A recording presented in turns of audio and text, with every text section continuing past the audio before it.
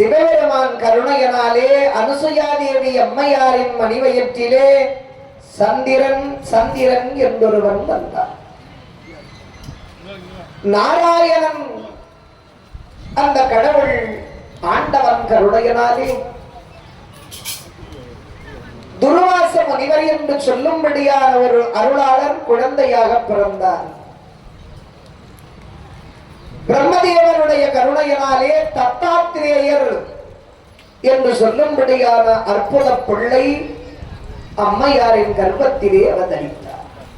ஆக சந்திரன், துர்வாசர், தத்தாத்திரேயர் 3 குழந்தைகள் முப்பெரும் தேவர்களின் கருணையினாலே அனுசுயாதேவி அம்மையாரின் மணிவயிற்றிலே அவதரித்தார்கள்.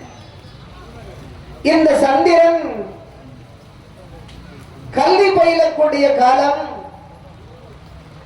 தாரை தாரை என்று சொல்லும்படியான ஒரு பெண்ணோடு கூடி அந்த காதல் வேட்கையினாலே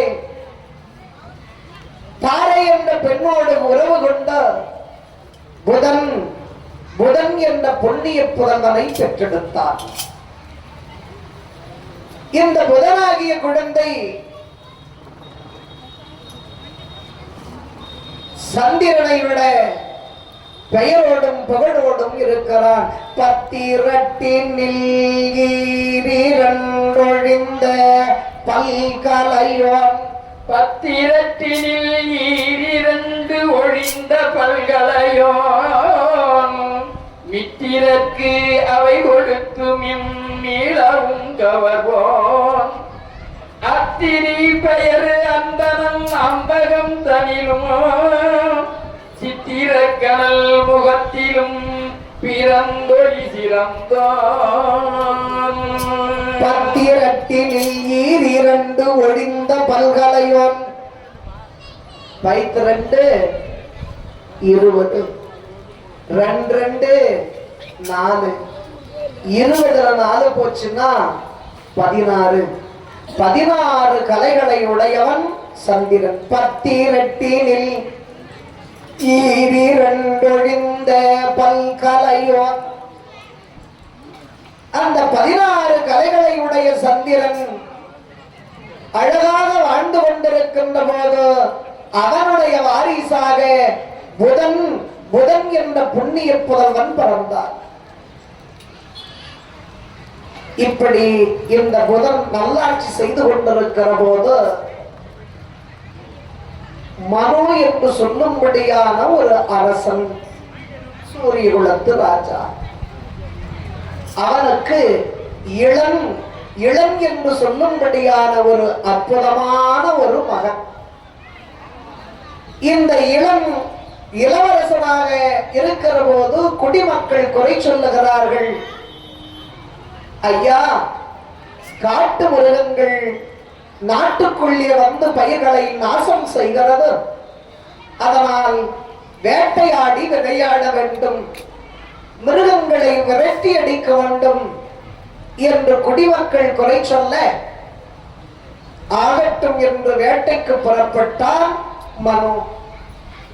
அப்போ இந்த இளம் என்று சொல்லக்கூடிய இளவரசன், அப்பா நான் சொல்லுகிறேன், வேட்டைக்கு நான் சென்று குடிமக்களின் குறை தீர்க்கிறேன் என்பதாக தான் புறப்பட்டான். சரி மகனே, ஆர்வத்தோடு புறப்படுகிறாய், அதை ஆர்வத்தை நான் உந்து விசை மூலம் உன்னை உற்சாகப்படுத்துகிறேன், நீ சென்று வேட்டையாடி விளையாடி வா மகனே என்பதாக மகனுக்கு ஆசி வழங்கி அப்பா அனுப்பி வைத்தார். இந்த இளம் காட்டுக்கு வேட்டைக்கு சென்றான். மிருகங்களை வேட்டையாடி விளையாடி விரட்டி அடித்தான். இப்படி விரட்டி அடித்துக் கொண்டே நேர்த்தியாக இவன் அவைகளை ஓட்டிக்கொண்டு புறப்பட்டானே, படைகளை விட்டு தனியே பிரித்து விட்டான். 4 வகை படைகளும் சூழச் சென்றிருந்தவன் இப்பொழுது தன்னந்தனியாக நின்று விட்டான் இளம். அப்படி தனியாயிட்டவன் எந்த திசையில் செல்வதென்று அறியாது காட்டிலே பயணித்து பழக்கமற்றவன். இந்த காட்டிலே சுற்றி திரிந்து கொண்டிருக்க அங்கே அம்பிகை வனம் என்று சொல்லும்படியான ஒரு இடம்.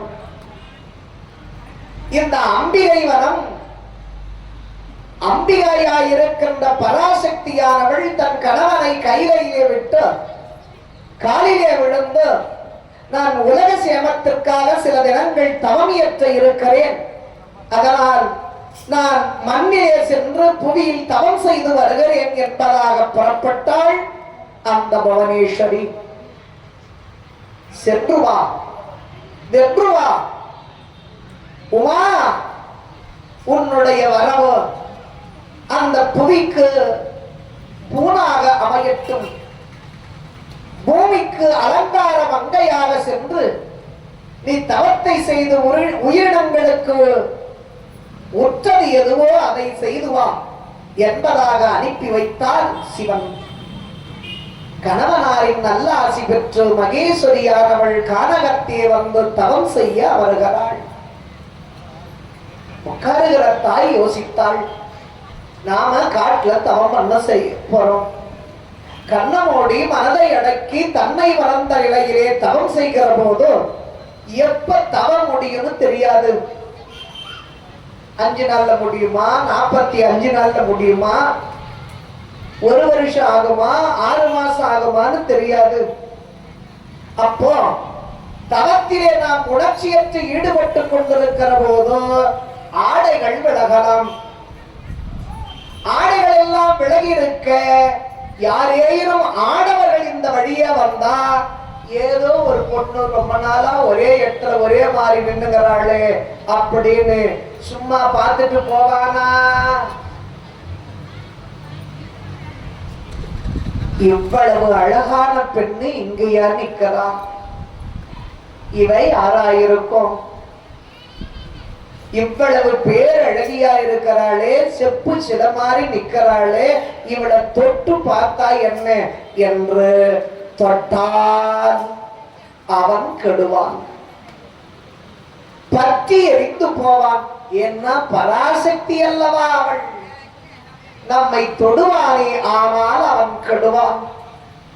நாம உலக உயிரினங்களுக்கு உபகாரம் செய்ய தவம் செய்ய வந்திருக்கிறோம், நம்மளை தொட்டு அவன் மாண்டு விட்டால் இது நமக்கு அபத்தமாகுமே, தவத்திற்கு இடையூறாகுமே என்று யோசித்த பராசக்தி இந்த குறிப்பிட்ட எல்லை பகுதிக்குள் யாரேனும் ஆடவர்கள் வந்தால் அவர்கள் பெண்ணாக மாற வேண்டும் என்று சபித்தார்.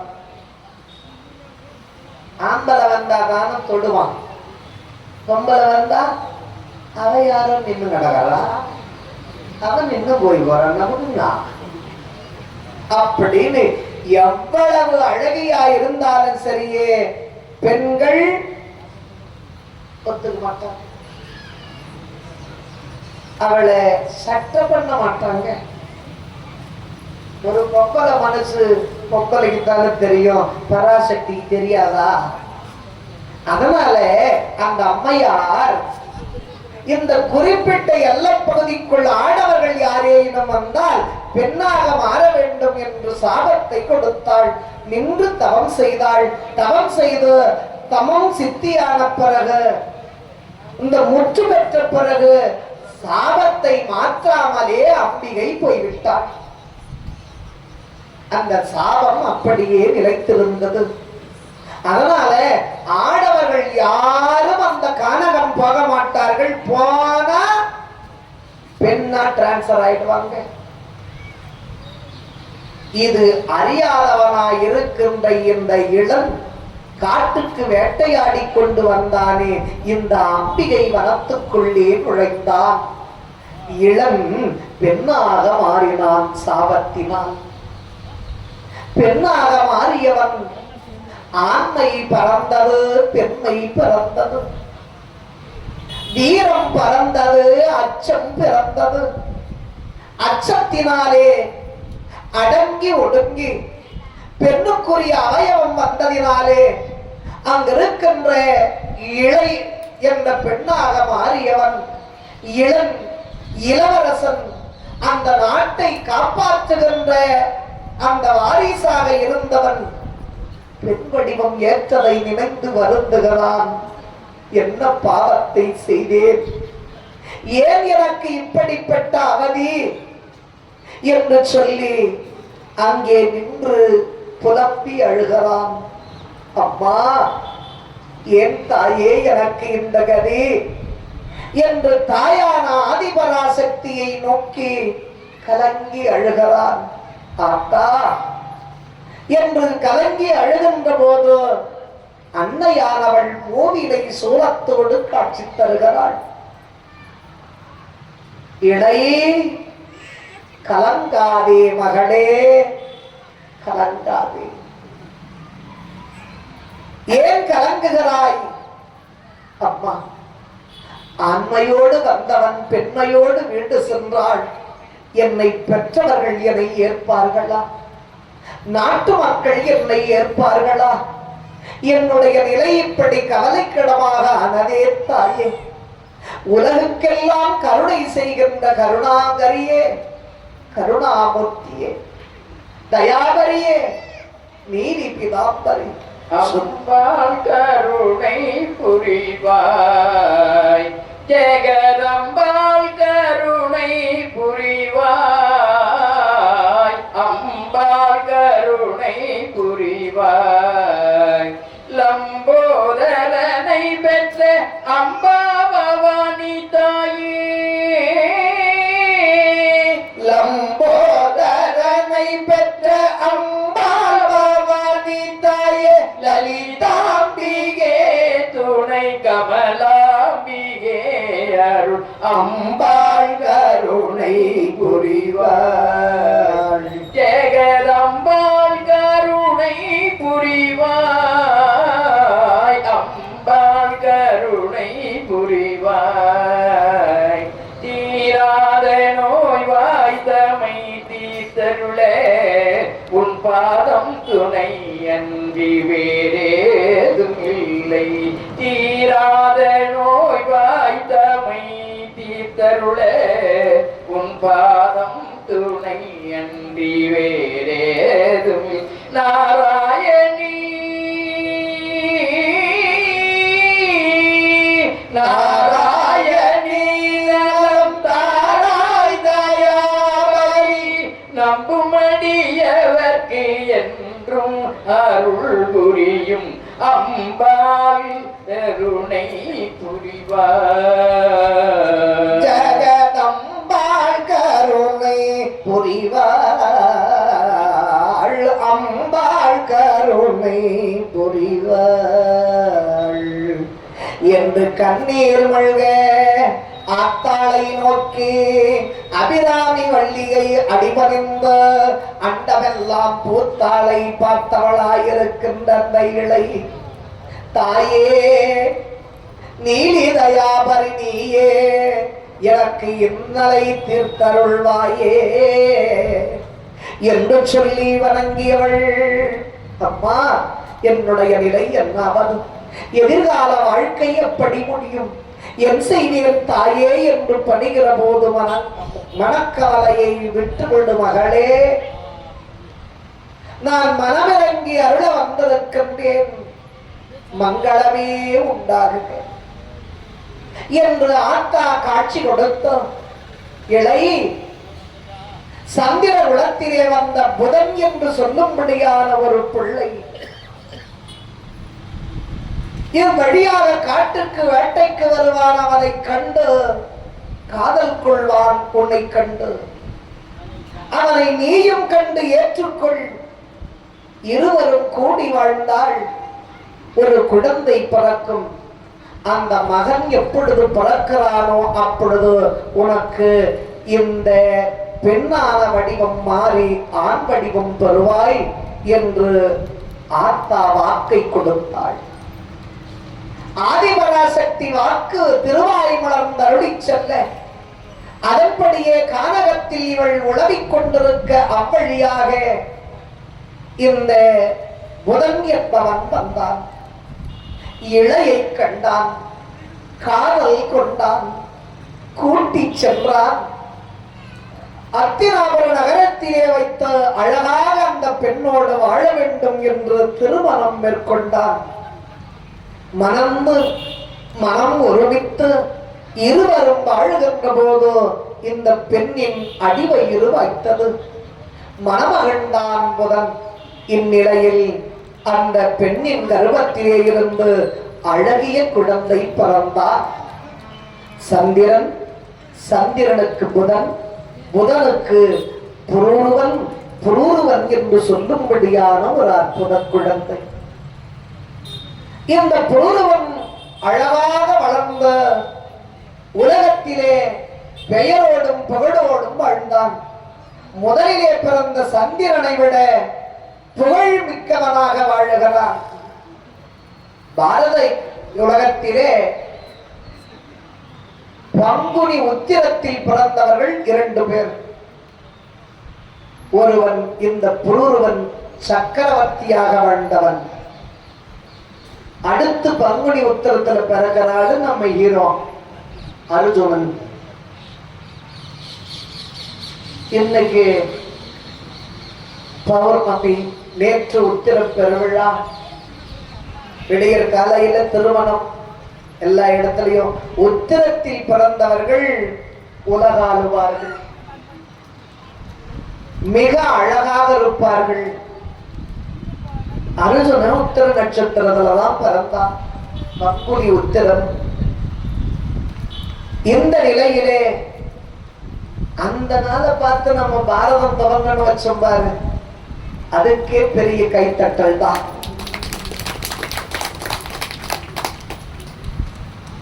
இந்த நிலையில் அந்த புரூரவ சக்கரவர்த்தி பிறந்தான் இளையின் கர்ப்பத்திலே. இளை ஆண் வடிவம் பெற்று பிள்ளைக்கு ஆசி வழங்கி, மன்னா இவனை இனி உன் வாரிசாக வைத்துக்கொள், என்ன ஆதரவு, நான் என் நாட்டிற்கு செல்லுகிறேன் என்பதாக இளன் போய்விட்டான். இளன் காட்டுக்கு வந்து அம்பிகை வனத்துல இளையா மாறினா, இந்த சந்திர குலத்திலே புகுந்த பெண்ணா வந்து ஒரு புதல்வனை பெற்றெடுத்தாள். பையன் பிறந்தவுடனே இளம் என்ற ஆண்மகனா மாறி என் நாட்டுக்கு போயிட்டு வரேன்னு புறப்பட்டான். அவன் போயிட்ட பிறகு இந்த புரூரவ சக்கரவர்த்தி நல்ல ஆட்சி செய்து கொண்டு இருக்கிறான்.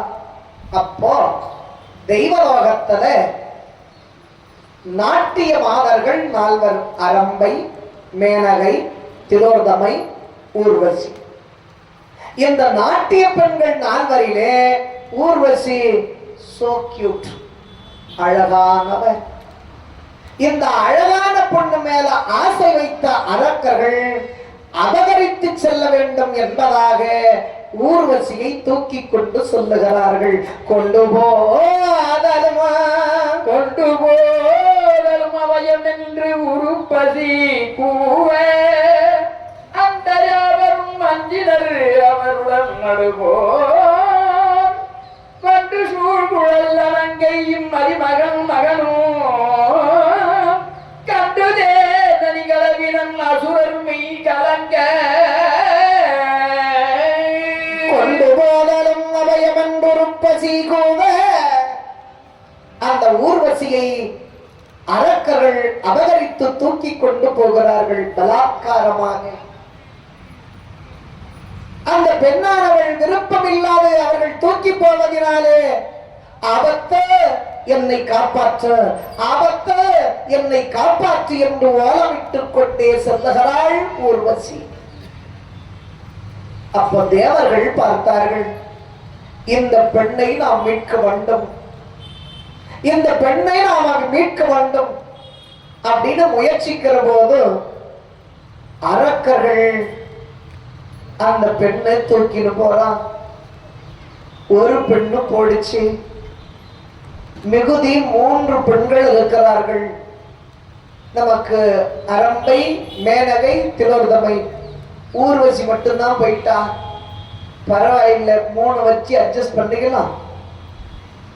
அவங்க அடிக்கிற அடிய வாங்கிக்கின்னு அவளை கூப்பிட்டாங்க. நம்ம என்ன பண்ண போறோம், நம்ம உடம்புல உதவாங்க சத்து கிடையாது, போனா போகட்டும் பரவாயில்லைன்னு விட்டுட்டான் தேவர்கள். அதனால இந்த பெண்ணை காப்பாற்றுகிற முயற்சியை தேவர்கள் கைவிட்டு போய்விட, அரக்கர்கள் அந்த பயம் இருக்கட்டும் அப்படின்னு இந்த பெண்ணை தூக்கி போறாங்க. அப்போ இந்த பெண் யாரும் காப்பாற்ற வழி இல்லையா, என்னை காப்பாற்றுங்கள், ஆபத்த என்னை காப்பாற்று என்று ஓலமிட்டுக் கொண்டே செல்ல இந்த சத்தம் சந்திரன் பேரப்பிள்ளையா இருக்கின்ற இந்த புரூரவ சக்கரவர்த்திக்கு கேட்டது. ஒரு பெண்ணின் அவலக்குரல், அழுகை குரல். பெண்மையை மென்மையாகவும் ஆண்மையை திண்மையாகவும் ஆண்டவன் படைத்தது எதற்கு? பெண்மை மென்மையாக படைத்ததை பாதுகாக்கவே ஆண்மையை திண்மையாக படைத்தான். அந்த பெண்ணின் அவலக்குரலை கேட்டு ஆடவனான நாம் காப்பாற்றவிட்டால் நமக்கு ஆண்மை இருந்து பலன் என்ன?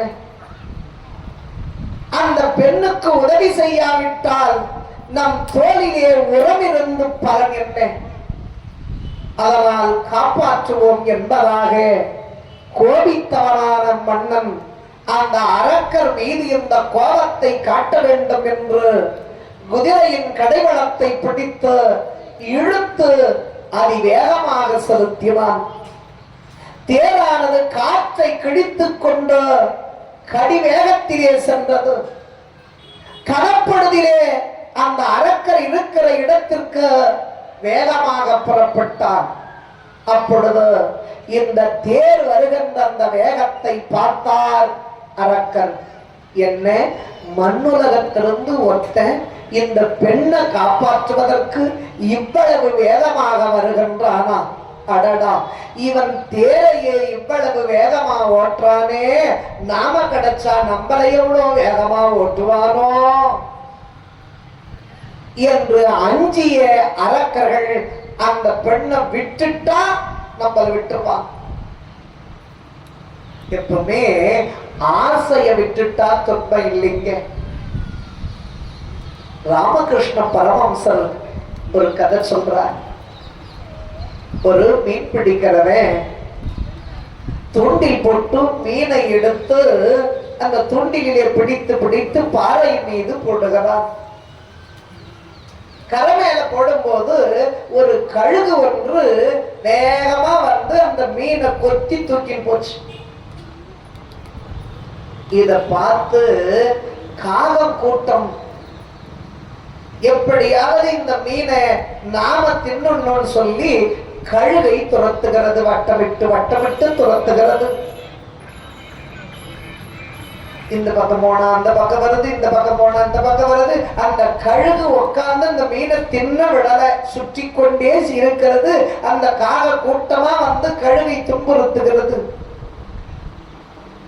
ரொம்ப நேரம் போராடி பார்த்த அந்த கழுகு வாயில் இருக்கிற மீனை கப்பியதை கீழே போட்டுச்சு. கீழே போட்ட உடனே காக மொத்தம் மீனை நோக்கி பறந்து போயிடுச்சு. கழுகு தனியா நின்று போச்சு. இந்நேரம் என்ன துரத்துதுன்னு நான் நினைச்சிருந்தேன். நம்ம கிட்ட இருந்த மீனைத்தான் துரத்தி இருக்கிறது காகங்கள். அப்போ நாம மீனை விட்டா மாறி ஒரு மனிதன் ஆசையை விட்டு விட்டால் நம்மை தொடர்ந்து வருகின்ற துன்பம், காகம் எல்லாம் நம்மளை விட்டு போன மாதிரி துன்பம் எல்லாம் நம்மை விட்டு போய்விடும். கழுகு வாயில மீனை வச்சிருந்தது, நாம ஆசைய மனசுக்குள்ள வச்சிருக்கிற மாதிரி. மீனை கீழே போட்டதும் சுத்தி நம்மளை துன்புறுத்த வந்த காகமெல்லாம் ஓடி போச்சே அந்த ஆசையா கூட. அந்த மாதிரி நமக்கு ஆசைய கீழே விட்டுட்டா துன்பமெல்லாம் ஆசையா கூடவே போயிடும் என்று ராமகிருஷ்ண பரமஹம்சர் சொல்லுகிறார். அதை போல இந்த பெண்ணை விட்டுட்டா வர்ற ராஜா நம்மளை விட்டுருவான். இந்த பெண்ணை தூக்கி போனா அவன் துரத்தி வந்து நம்ம அடிப்பான்.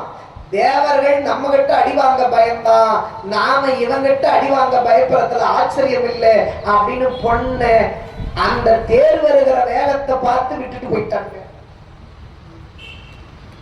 இந்த ஊர்வசியை தேரின் மீது ஏற்றிக்கொண்டு, அம்மா உன் இருப்பிடம் எங்கே சொல்ல, நான் கொண்டு சென்று விடுகிறேன் என்றார். தெய்வலோகம். ஓ, உன் பேரு ஊர்வசி, ஸ்வீட் நேம், நல்ல பேரு, வாமா கொண்டு போய் விடுகிறேன் என்பதாக ஊர்வசியை தேர்ல உட்கார வச்சுக்கின்னு ராஜா இந்திரன் இருக்கின்ற சுதன்மை மண்டபத்திற்கு அழைத்து செல்லுகிறார். சுதன்மை மண்டபத்துல ஊர்வசியை கொண்டு விடும் போது அவங்களுக்கு ஆச்சரியம். நீ எப்படிமா வந்த, நீ எப்படி வந்த?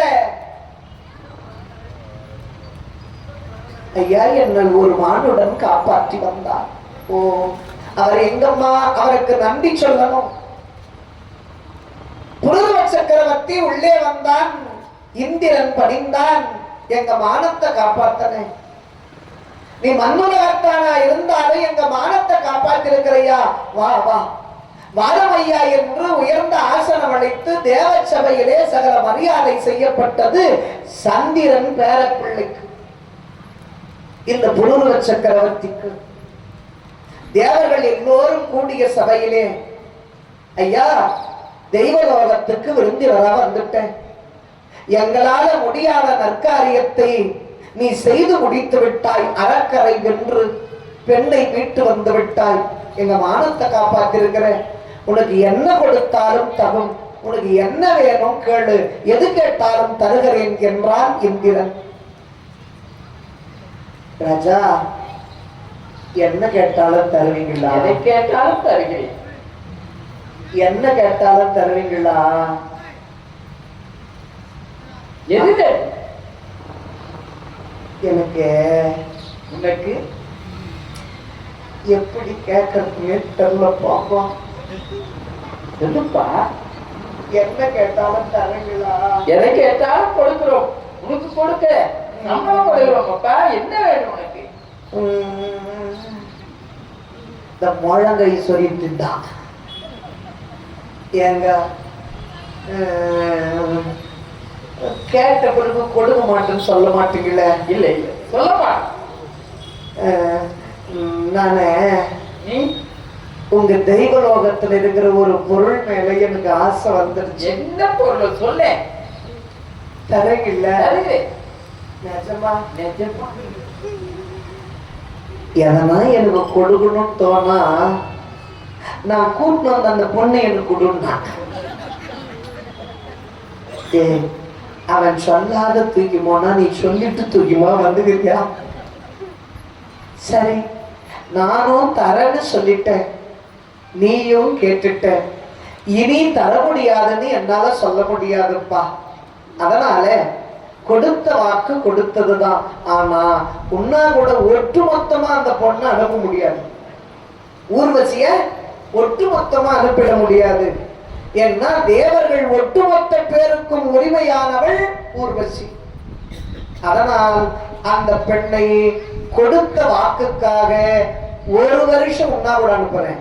Just 1 year. 1 வருஷம் உன்னா கூட அனுப்புறேன். குடும்பம் செஞ்சு ஒரு குழந்தை பெற்றுட்டு மறுபடியும் அனுப்பிச்சு விட்டுரு என்ற உடன்படிக்கையின் அன்னம் இந்திரன் ஊர்வசியை அனுப்பினான்.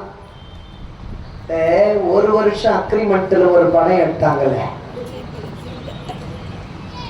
அந்த 1 வருஷம் அக்ரிமெண்ட் போட்டு முத கொடுத்தன பண்ணது இந்த புருவ சக்கரவர்த்தி தான்.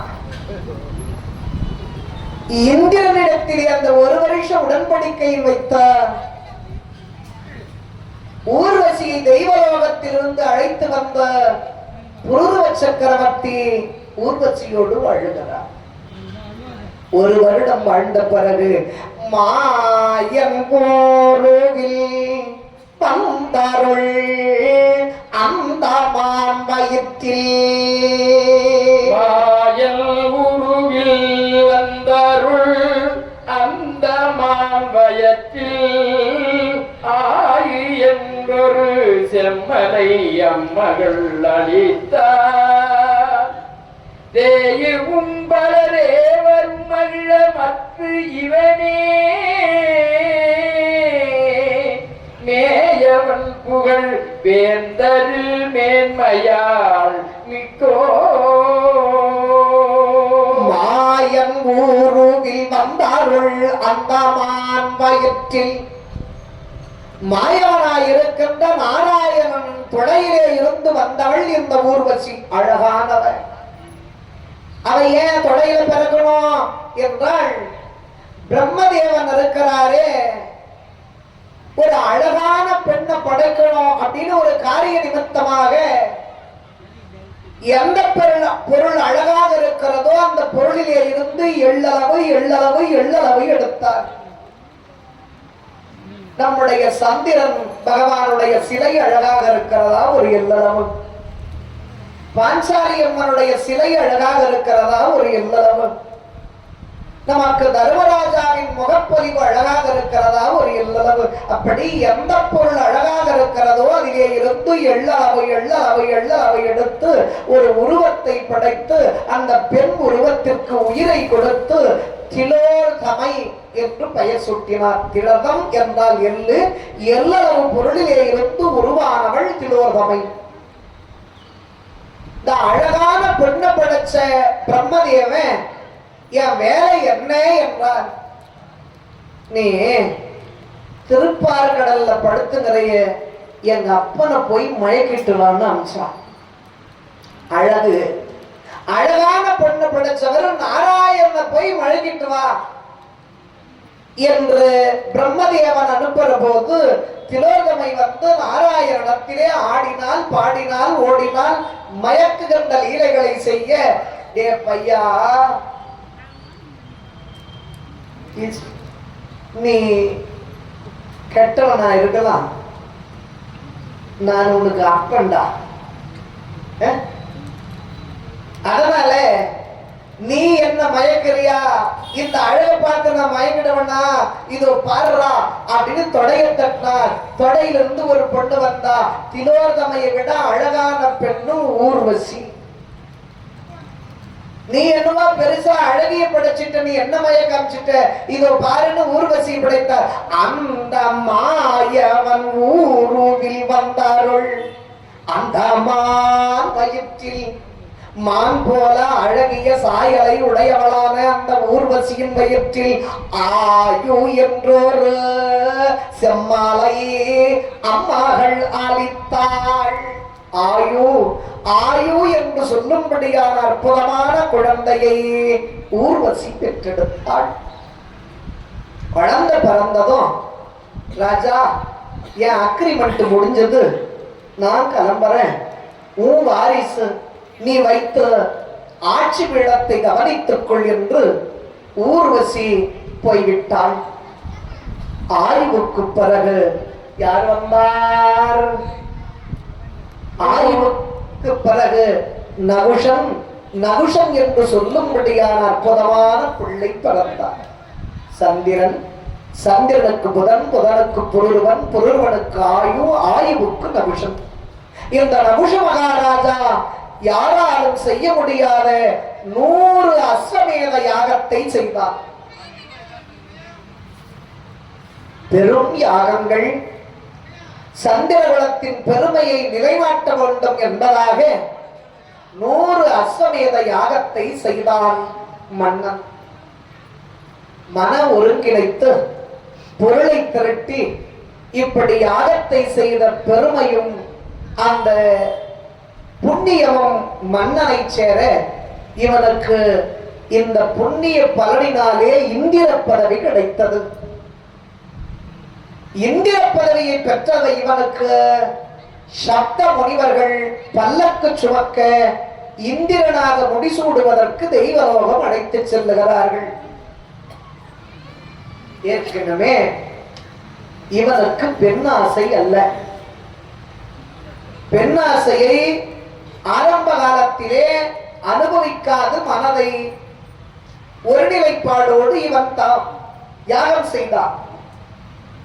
பெண்ணாசை இல்லாத இவன் அந்த யாகத்தின் மீதே சிந்தனை செய்த அந்த புண்ணிய பூஜா பலனை பெற்றானே.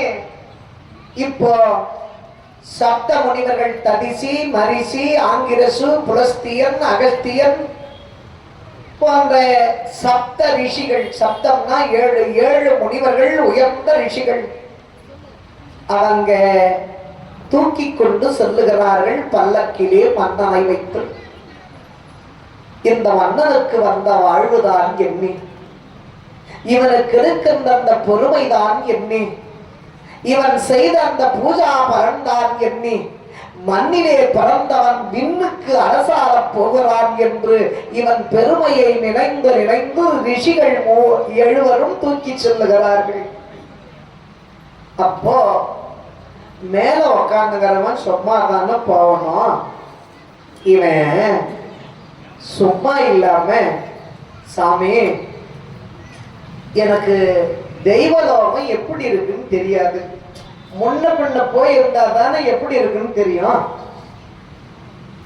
தெய்வலோகம் எப்படி இருக்குன்னு எனக்கு தெரியாது, அங்க என்ன சிறப்பு, தெய்வலோகத்துல இது இருக்குது அது இருக்குதுன்னு சொல்றாங்க, கேள்விப்பட்டிருக்கிறேன், அங்க இருந்து வந்த உங்களை கேட்டா எனக்கு ஒரு தெளிவு கிடைக்கும், தெய்வலோகத்துல என்ன சிறப்பு இருக்கிறது சொல்லுங்கள் என்றார். அப்பா கற்பக விருட்சம் என்ற மரம் இருக்கிறது. மரமா? மரத்தை பார்க்கறதுக்கா என்ன தெய்வலோகம் கூட்டு போறீங்க? எங்க ஊர்ல இல்லாத மரமா? பாரத கோயிலுக்கு எதிரில் இருக்கிற அரச மரத்தை பார்த்துக்கினே இருக்கலாம்.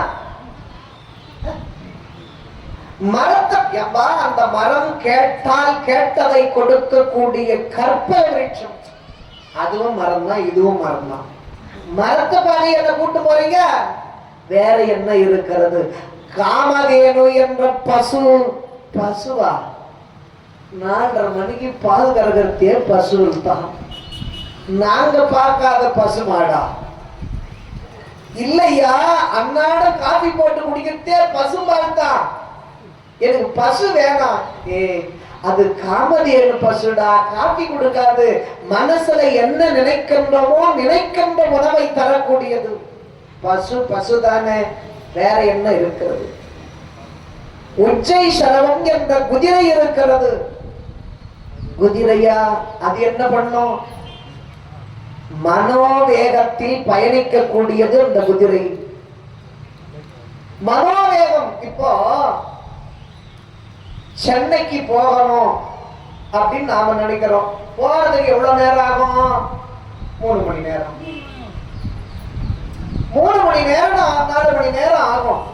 இப்போ 4 மணி நேரம் போக வேண்டியது சென்னை அப்படின்னு மனசுல நினைச்சா எவ்வளவு நேரம்? இவ்வளவு நேரத்துல சென்னையில இட்டு போய் விட்டுரும் அந்த குதிரை. மனோவேகத்தில் பயணிக்கக்கூடிய குதிரை. சரி, சென்னைக்கு இவ்வளவு நேரத்துல கொண்டு போய் விட்டுறோம். மைசூர் மைசூர் நினைச்சா நினைக்கிற நேரத்துல இட்டு போய் விட்டுறோம். லண்டனு மனசுல எவ்வளவு நேரத்துல நினைக்கிறோமோ, மனோவேகம் எவ்வளவு வேகமா பயணிக்கிறதோ அவ்வளவு வேகமாக பயணிக்கக்கூடிய உச்சை சர்வம் என்ற குதிரை இருக்குது. எனக்கு ஏசி போட்ட கார் போதும், எங்க ஊர்ல இருக்குது. அந்த குதிரை எனக்கு வேணாம். வேற என்ன புதுசா இருக்குது? ஐராவதம் என்ற வெள்ளை நிற யானை இருக்கிறது. யானையா? எங்க மண்ணுல கோயிலு கட்டி வச்சுட்டு யானையை வச்சுக்கிறாங்க. யானை வேண்டாம். வேற என்ன இருக்கிறது? உலகிலேயே முதன்மை அழகு படைத்த சுதன்மை என்ற மண்டபம் இருக்கிறது.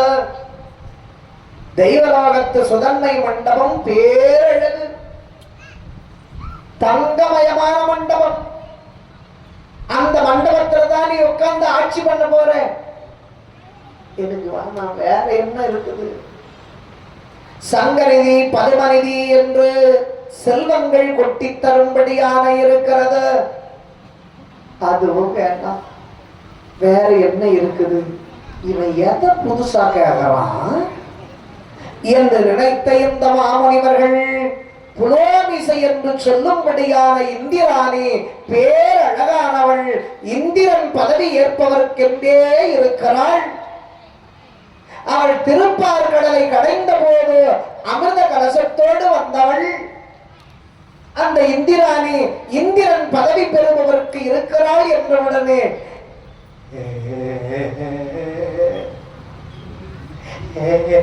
சாமி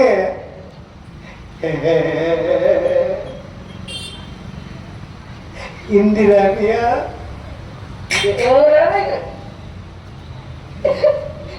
ரொம்ப நல்லா இருக்கும்.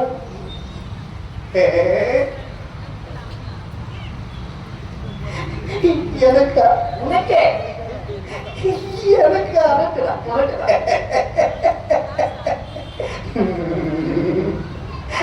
சாமி நான் வருவனே இந்திராணி காத்து நிற்பாளா? உனக்காக தான் காத்திருப்பேன். நான் பாக்கியசாலி, நான் பாக்கியசாலி.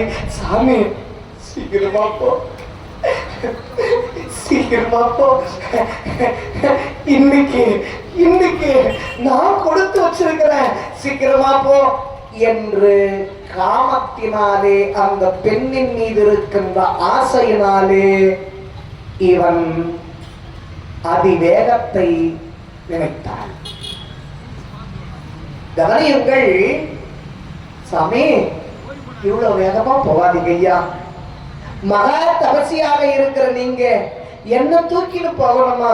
வேணா ஐயா, பொறுமையா போங்க ஐயா, பொறுமையா போங்க அப்படின்னு இந்திராணியை பத்தி சொல்றதுக்கு முன்னால சொல்லி இருந்தான். ஏன்? இவனுக்கு ஏற்கனவே காம எண்ணம் இல்லை.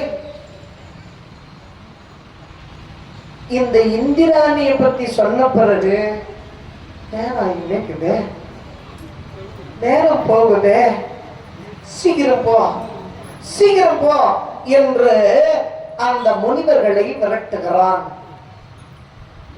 ஏன்னா காதலுக்கு நேரம் இல்லை. இதனால அந்த முனிவர்கள் வேகமாக மன்னன் அவசரத்தை நினைத்து நடக்க ஆரம்பித்தார்கள். இப்படி வேகமா நடந்து போகும்போது இன்னும் இவனுக்கு வேகம் பத்தல. இவனுக்கு இவ்வளவு அவசரம் ஏன் வந்தது என்றால், சின்ன வயசுலயே அனுபவிக்கின்ற நேரத்திலேயே எல்லாத்தையும் அனுபவிச்சிருந்தா இப்ப மனசு அலைப்பாயாது. சின்ன வயசுல நான் அனுபவிக்கிற நேரத்துல அனுபவிக்காத விட்டுட்டு நான் சாமியாரா போறேன் சாமியாரா போறேன்னு போனா அதுக்கப்புறம் மனசு அடங்க வேண்டிய நேரத்துல அலைபாயும். அதனால்தான் கேமராவில் மாட்டிக்கிட்டு. இதனால இளைய வயதிலே நான் தர்மங்களை செய்வேன், யாகங்களை செய்வேன், புண்ணியத்தை சேர்ப்பேன் என்பதாக இவன் குடும்பஸ்தனா வாழாத விட்டுட்டான். புண்ணியம் செஞ்சாச்சு, இந்திர பதவி கிடைச்சிருச்சு, இனி பெறுவதற்கு வேற பதவி இல்லை, இனி நாம வாழ வேண்டியதுதான் அப்படின்னு இவன் இந்திராணி மீது காதலினாலே இப்பொழுது முனிவர்களை சர்ப சர்ப என்பான். எப்போ எப்படி வாழணுமோ அந்த வயசுல அப்படி வாழ்ந்துருங்க. அப்படி வாழ முடியல அப்படின்னா பணத்தை மொத்தம் சம்பாதிச்சுட்டு அப்புறம் வாழலாம்னா நமக்கு அப்ப வாழ வயசோ சூழலோ ஒத்துக்காது. இன்னைக்கு பாரதம் சொல்ற உண்மை. காதலினாலே சர்ப சர்பன்னு சொல்லுகின்ற போது வேக வேகமா ஞான முடிவுகள் நடக்க முயற்சிக்கிறார்கள். அப்போ இந்த 7 பேர்ல மிக குள்ளமான ஆளு அகத்தியர், தமிழ் முனிவர். தமிழ் உற்பத்தியானது அகத்தியரிடத்திலே. அந்த தமிழ் முனிவரான அகத்தியர் எல்லாரும் ஒரு அடி எடுத்து வச்சா இவர் 2 அடி எடுத்து வச்சாதான் ஈக்குவல் ஆகுது, சமனாகுது. ஏன்னா குள்ள ஆள். இப்ப அவங்க வேகமா நடக்க நடக்க இவர் ஓடி இருக்கிறார் அகத்தியர். இப்படி வேக வேகமா ஓடிட்டு இருக்கும் போது அவங்க இன்னும் சர்ப சர்ப சர்பன்னா பல்லக்கு வேகமா போற மாதிரி இவனுக்கு தெரியல. ஏன்? இவன் மனசு அதை விட வேகமா போயிடுது. காதல் வேகம், பல்லக்கு விட மனசு வேகமா போயிடுது. சீக்கிரம் போங்க, சீக்கிரம் போங்க, நான் அந்த பொண்ணை பார்க்கணும், எவ்வளவு அழகா இருப்பாளோ, எனக்காக நின்னுங்கிறாளாமே, ஐயா ஐயா சீக்கிரம் போங்க அப்படின்னு உற்சாகத்தோடு இவன் போய் கொண்டிருக்க பல்லக்கு வேகமா போகலையே, என்னடான்னு பல்லக்குல இருந்து கீழே குனிஞ்சு பார்த்தான். அப்போ குள்ளமான ஆளு அகத்தியர் பல்லக்க புடிச்சு தொங்கிக்கின்னு வராம தெத்தி விடுது. நடக்கல. இவர் எக்ஸ்ட்ரா வெயிட் சேர்த்துக்கிறாரு போல இருக்குது. இவராலதான் பல்லக்கு வேகமா போகல அப்படின்னு சொல்லி கையில ஒரு பிரம்பு எடுத்து, சாமிய சீக்கிரம் போ சீக்கிரம் போ அப்படின்னு அடிச்சுட்டான், சீண்டிட்டான். காமம் அதிகமாச்சுன்னா நாம என்ன செய்யறோம் ஏது செய்யறோங்கிறது நம் அறிவுக்கு எட்டாது. உயர்ந்த தவத்தை செய்து மகா புண்ணியத்தை அடைந்து இந்திர பதவியை பெற்றவனாயிருக்கிற இந்த சந்திர குலத்தவனுக்கு அப்ப அறிவு வேலை செய்யாது போனதுக்கு காரணம் அவன் மனசுல இருந்த காதல். நிறைய பிள்ளைங்க அப்பா அம்மா பேச்சு கேட்காத அப்ப போயிட்டு அதுக்கப்புறம் அவதிப்படுறதுக்கு காரணம் இதாங்க. அப்போ என்ன சொன்னாலும் அவங்க அறிவுக்கு ஏறாது, ஏற மாதிரி சொல்லவும் நமக்கு தெரியாது.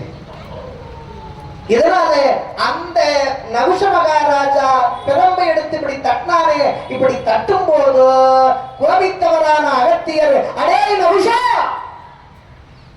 என்ன செயலை செய்து கொண்டிருக்கிறாய்? மண்ணுலகத்திலே அற்ப மானிடனாக பிறந்த உன்னை யாகம் செய்தாய் யோகம் செய்தாய் என்ற தவ பூஜா பலத்தினாலே உன்னை இந்திரனாக முடிசூடி அழகு பார்ப்பதற்கு அழைத்து சென்று கொண்டிருக்கிறோம்.